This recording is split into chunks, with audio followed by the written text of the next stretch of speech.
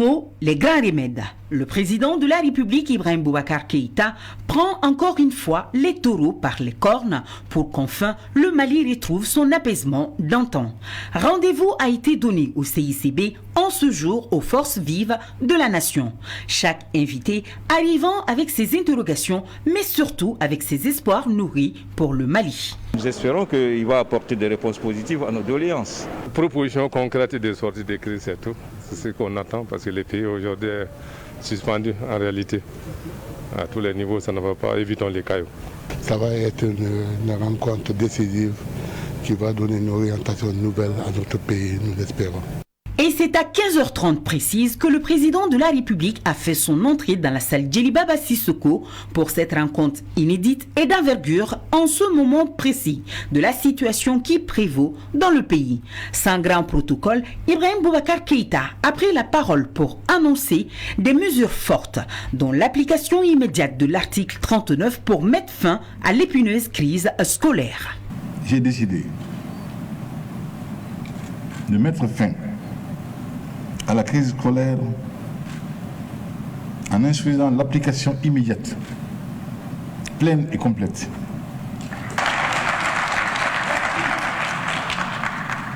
de l'article 39. Toujours à l'écoute de ses concitoyens, le chef de l'État a décidé d'organiser dans les prochains jours des consultations pour la formation d'un gouvernement d'union nationale. J'ai décidé d'engager des consultations pour la formation d'un gouvernement d'union nationale.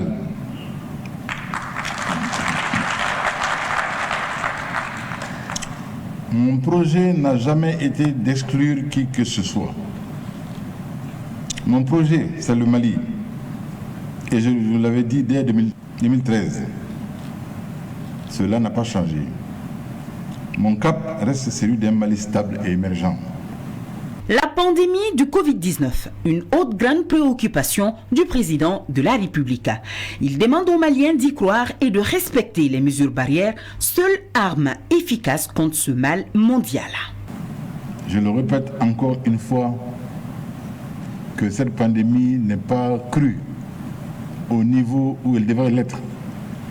Que certains, malheureusement, de nos enfants, de nos parents, en doutent encore de la réalité. Elle est réelle, la pandémie du Covid, du coronavirus. Et le Covid tue. L'épidémie n'a pas reculé. Les yo-yo que vous voyez, 10 par là, 15 par là, 5 par là, sont trompeurs. Sont trompeurs. Il est au sein du peuple. Il circule. Concernant la crise post-électorale, le chef de l'État demande aux Maliens de se réunir pour trouver la bonne formule afin que toutes les parties soient entendues et comprises. En abordant l'aspect lié à la Cour constitutionnelle, Ibrahim Boubacar Keïta de proposer de réformer l'Assemblée de 9 sages. Dans le domaine parlementaire, les frustrations sont nées des dernières élections. Elles ont été vives et avivées, ça et là. Comment les apaiser sera l'un de mes grands soucis et de mes grands devoirs dans les jours à venir. Ce qui concerne la Cour constitutionnelle,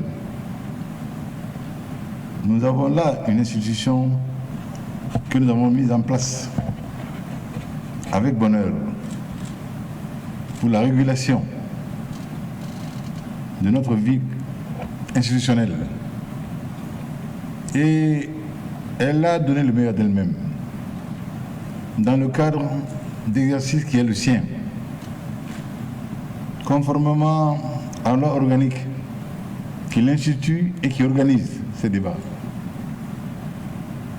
Il est souvent arrivé, nous en avons été témoins nous-mêmes, que telle ou telle de ces décisions, de ces arrêts, n'est pas abouti à notre bonheur.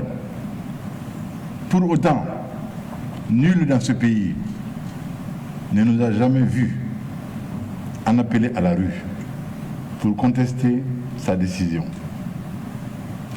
Il reste qu'aujourd'hui, l'interrogation est permise. Il reviendra donc à l'Assemblée nationale, tous acteurs confondus, d'en examiner les contours, de voir à ce niveau de son parcours ce qu'il y a lieu de retenir ou de réformer. On ne doit pas jeter le bébé avec l'eau du bain. Une pensée pieuse pour nos braves soldats tombés sur le champ d'honneur. Cette guerre qui, selon le chef de l'État, a sémé tant de désespoir et de tristesse dans nos foyers et dans nos cœurs, sera gagnée avec les bénédictions du bon Dieu. Hier, nos soldats ont payé le prix cher. Je m'incline devant leur mémoire. Cette guerre sera longue et coûteuse, mais nous la gagnerons. Nous la gagnerons si nous gagnons également celle de la paix des esprits, celle qui devrait nous faire nous envisager, non pas en ennemi irréductible, mais en frère capable de dialoguer pour avancer, capable d'avoir toujours à l'esprit le Mali, et de penser qu'aucun problème n'est hors de portée du Mali dès l'instant où le Mali se donne la main, où le Mali s'unit. Derrière le projet Mali, je dis bien le projet Mali.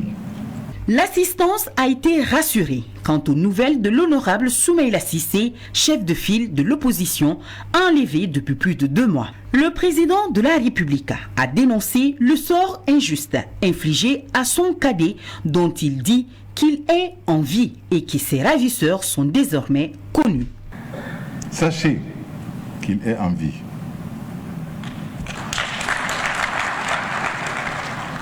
Nous avons cette preuve de vie.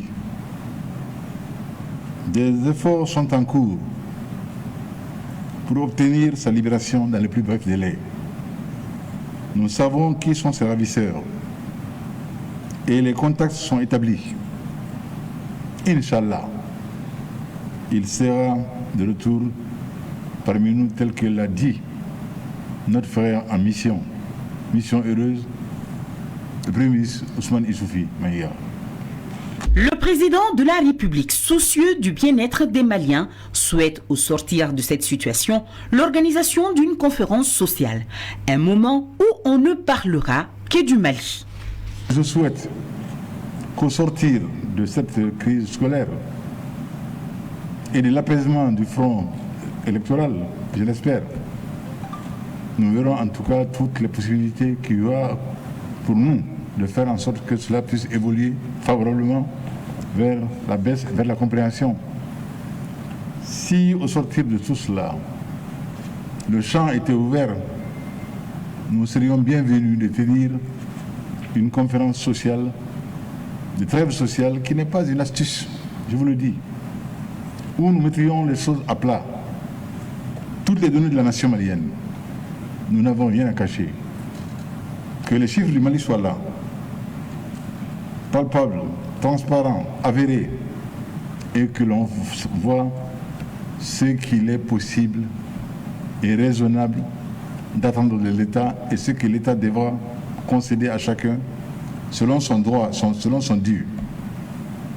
C'est la trêve sociale et une conférence sociale de bonne tenue. Le chef de l'État a aussi souhaité un très bon hivernage pour le pays. Pour terminer, signalons qu'en annonçant l'application immédiate de l'article 39, le président de la République a invité les Maliens à s'armer de courage pour affronter les conséquences budgétaires de cette décision. L'équilibre du pays, l'équilibre économique du pays est en jeu. Pour autant,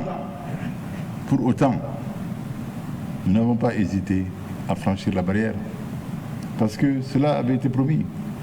Si cela a été fait avec légèreté, à nous de corriger. Mais nous devons dire au pays le réel. Ce réel n'est pas facile. Qu'Allah subhanahu wa ta'ala, Dieu de clémence, de bienveillance, nous donne les moyens d'y faire face et également la patience. La patience et l'élévation spirituelle d'y faire face de manière fraternelle, solidaire et conviviale.